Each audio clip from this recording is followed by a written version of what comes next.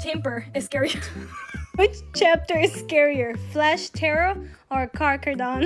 Okay, Flesh Terrors or Carcharodons. Okay, so this is a pretty interesting matchup. It's Scarier, right? Which one makes their enemies more afraid? Yeah.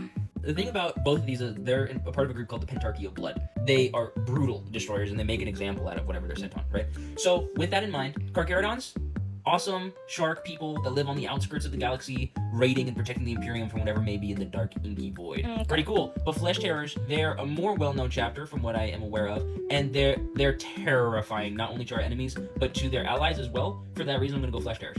The Flesh Terrors are just more well-known, therefore they produce more fear. Okay, so Flesh Terror or The Exorcist? A basic concept around the Exorcist is that it's the secret program where they are like known of, right, the Space Marines, and they're known as the Exorcist, but their recruitment process isn't known. That's kept very, very top secret. And what happens to any initiates that try and become Space Marines within the Exorcist, they have to go through a demonic possession.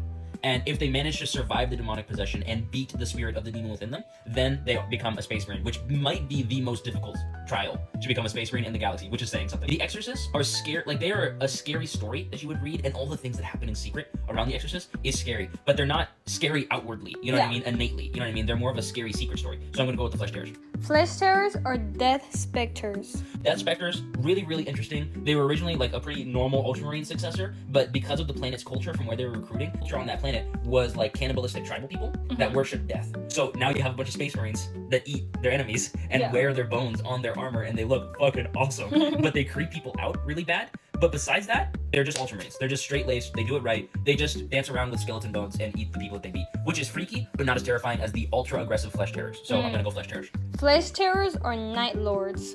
Oh, Night Lords. These guys are the boogeyman in the night. These guys made the whole Astartes fighting with fear and not with direct firepower. Flesh Terrors are brutes, right, that go raging into melee combat, and they're terrifying because of the way that they tear through flesh, right, and the absolute brutal gore fest that follows them. Night Lords, when they were in their prime during the Horus Heresy, when they would go to conquer entire star systems, right, these planets, they would surrender before the Night Lords got there, because they didn't want to go through what the Night Lords would make them go through. The Night Lords, they're Papa Fear. They can't be beaten. This is their game. So, Night Lords. Night Lords or Red Talons?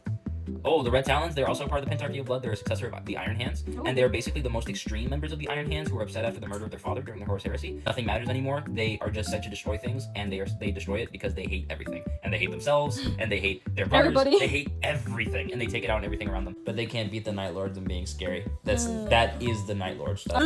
Follow Shaky for more content.